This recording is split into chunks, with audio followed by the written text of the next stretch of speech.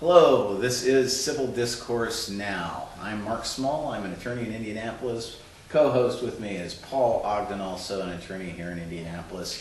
We are coming to you from Big Cat Books, 6510 Cornell Avenue. It's on the north side of Indianapolis in an area of Indianapolis called Broad Ripple. It has a really neat selection of books and space upstairs in the building so that you can hold an event. It's a good place to be. Paul?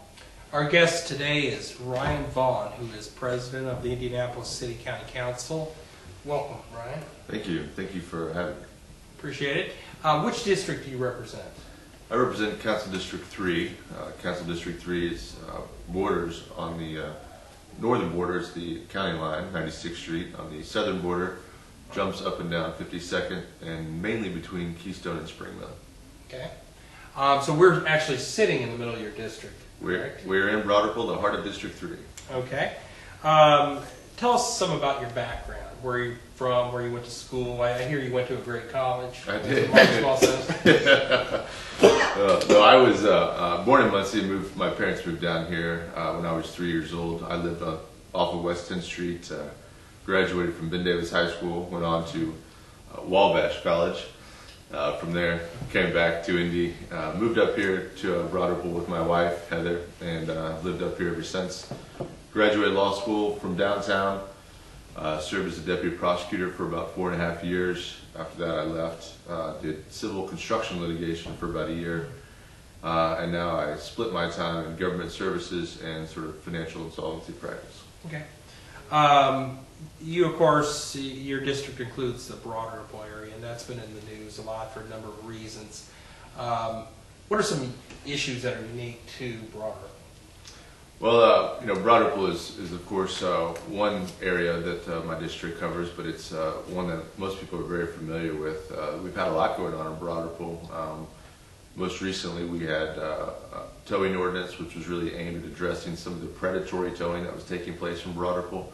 For folks that have ever visited up here, parking is a challenge up here, and that challenge was exacerbated by the fact that some of the tow truck operators were on their own accord towing cars with little to no notice, and so we were able to address that problem. And I know something about the towing law that Indiana had. It's very, very small. There's not much there, and it said something to the effect of you got to tag them for 24 hours unless they interfere with the business operations, and then you can tow them immediately. Of course, that's very vague and Sure. doesn't give you very much direction. What did your ordinance do that you authored? Well, first of all, it required, probably the most important, it required that the representative or the owner of a property sign off on a vehicle being towed. What was in effect happening is that the responsibility for towing these cars was being delegated directly to the tow truck operators themselves, which of course have a perverse financial incentive for towing cars. Mm-hmm. They get paid on the number of cars they tow. So having the property owner responsible for policing his own property was a big plus. Also, having the tow truck drivers tow directly to their lots as opposed to what we call staging. Yeah. What was happening on occasion, we found that they were actually towing cars just a few blocks away, staging them, and then at night, at the end of the night, towing them all to the place. So people who would leave an establishment, find their car towed, would actually beat their car to the tow lot and have to wait for it, mm-hmm. Which was entirely inappropriate. Wasn't there an issue too about, for lack of a better term, like kickback to the property owner for the tows? Yeah, we deregulated, or not deregulated, we prohibited that kickback. So a lot of property owners were contracting with these tow truck operators in such a way that the tow truck operator would say, well, I'll clear your lot at the end of the day, and if you give me that exclusive contract, for every car I tow, I'll give you X amount of money. That is no longer permitted for obvious reasons. Again, the tow truck driver then has all the incentive in the world to tow these cars, whether they're properly towed or not. And are the staging areas now prohibited too? They are, yeah. Unless a tow truck has a lot. I mean, they can stage in their own lot, but we found them staging at Broad Ripple High School, at Broad Ripple Park, publicly owned facilities. And by staging, what they're trying to do is to remove the car quickly without towing it all the way back to their place, so they can move as many cars out as they can. Yeah, they basically just want to take possession of your vehicle for as little time as possible, but enough to effectuate a tow, so you're forced to pay them. And now that's been addressed. And is there a cap on tows? Yes, there's a cap on the price. I'm glad you brought that up. One of the other problems we had is there was really inconsistency with what drivers were charging people who had been towed. I have examples of bills that were in excess of $500. So I believe that the tow now is capped at $150. Okay.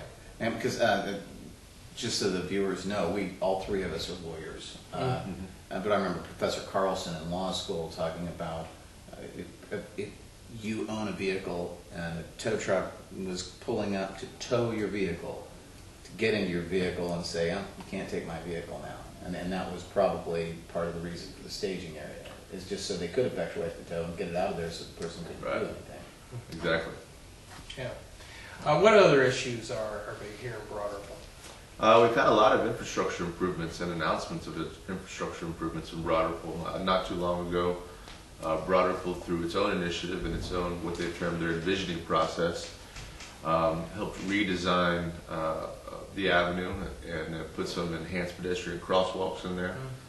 They've currently put together a plan to improve the canal along the backside of Broad Ripple, which would be a really interesting project.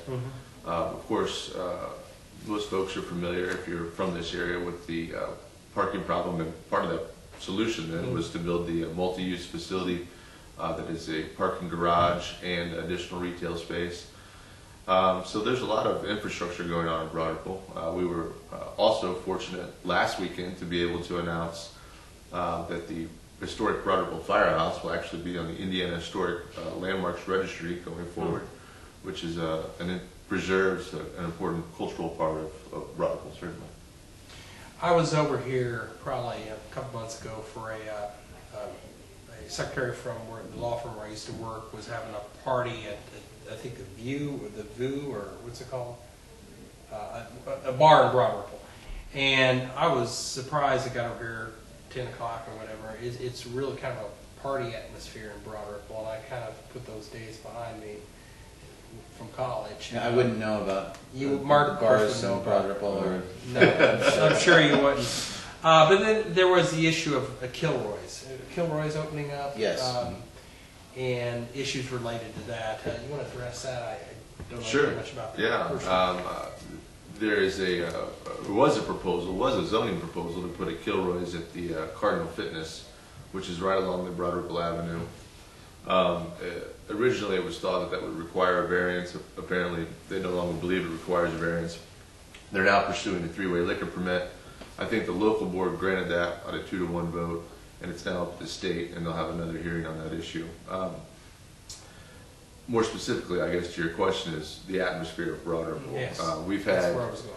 yeah, we've had really fortunate to have a number of high-end restaurants come in, Northside Social, 1001, begin to develop sort of a more fine dining atmosphere and less of a bar, crazy college atmosphere. Yeah. But certainly, at a certain point in time of the night, the crowd shifts. It's usually later in the Usually evening. when I'm asleep. Yeah, 10, 11, 12 o'clock at night. Usually sleep on it. And the community was concerned, and rightfully so, about the addition of yet another opportunity for that kind of atmosphere. So really the public hearings and the communications between the Broad Ripple Village Association and Kilroy's have been, what's going to be the character of your restaurant? Well, and speaking as a person who lives here and also lived at one point in Bloomington, familiar with Kilroy's and everything, I have one concern that residents had that I had heard is having a bar that's not really just a local bar. I mean, when you start getting chain bars moving in to a community, it's no longer, you're losing your local character somewhat. And I think that there are people that feel it's one thing to open another bar on Broad Ripple Avenue, but another thing entirely to have somebody that's just kind of like a chain and you're losing local business. Yeah, sure.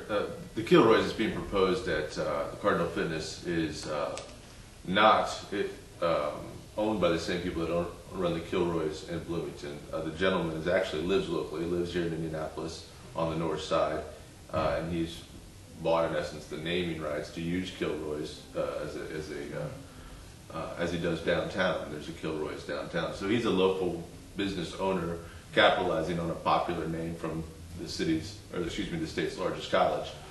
But I do appreciate your concern, and one of the things that we're really trying to attack here in Broad Ripple is just that, to get more local identity and local buy-in and ownership. You know, one of the problems we have on some of these storefronts is that the facilities themselves are owned by people who don't live in or visit Indianapolis. They're owned by trust out of Florida or Vegas or what have you, because it is such valuable real estate. And so they're not entirely buying into what the community's trying to accomplish with their facades and what they want to look like. So I agree 100% that that's important to what people want to accomplish in Broad Ripple. The Monon. There have been a number of stories about people being mugged on the Monon, or people being attacked on the Monon. How do you address that, and where do you see the future of the Monon going? Yeah, the Monon it's very unique. Whenever there's a crime on the Monon, it seems to make the paper. And just to, Sure. I don't mean to interrupt it, Right. be rude, but some people who are watching this might not know, and never heard of the Monon every week, that the bookstore is right across the street from the Monon. Right. Just to explain to our viewers, the Monon was a railroad. It went out of business decades ago. The right-of-way for the rail runs right up through Broad Ripple, goes downtown. Indianapolis was one of the first cities, I think, and I would look to our audience to see if they agree with this, but I believe Indianapolis was one of the first cities to develop a former railroad right-of-way as a greenway. Right. And so the Monon is a place where people go and jog and bike and stuff like that, and really Broad Ripple was the first area of the Monon that was developed. So when we talk about the Monon, that's what we're talking about. Sure, yeah, and the Broad Ripple, really from 86 down to 38th is the most heavily used portion of the Monon Trail. Certainly because it intersects such the number of amenities in Broad Ripple, it's widely used in Broad Ripple. But as far as crime on the Monon, like I said, every time there's an incident on the Monon, it seems to make the paper because it is such a valuable amenity to the city. The reality is that the number of incidents on the Monon are not disproportionately high to other parks or neighborhoods, what have you. They just seem to be newsworthy. That said, certainly we want to highlight that as a safe place to use and travel. And so the mayor has dedicated some additional resources. If you use the Monon frequently, you'll notice now that there are four-wheelers patrolled by police officers and park rangers. We actually, the trail itself is wide enough to get police vehicles on at night, so we can keep it cleared in the evening so people aren't using it.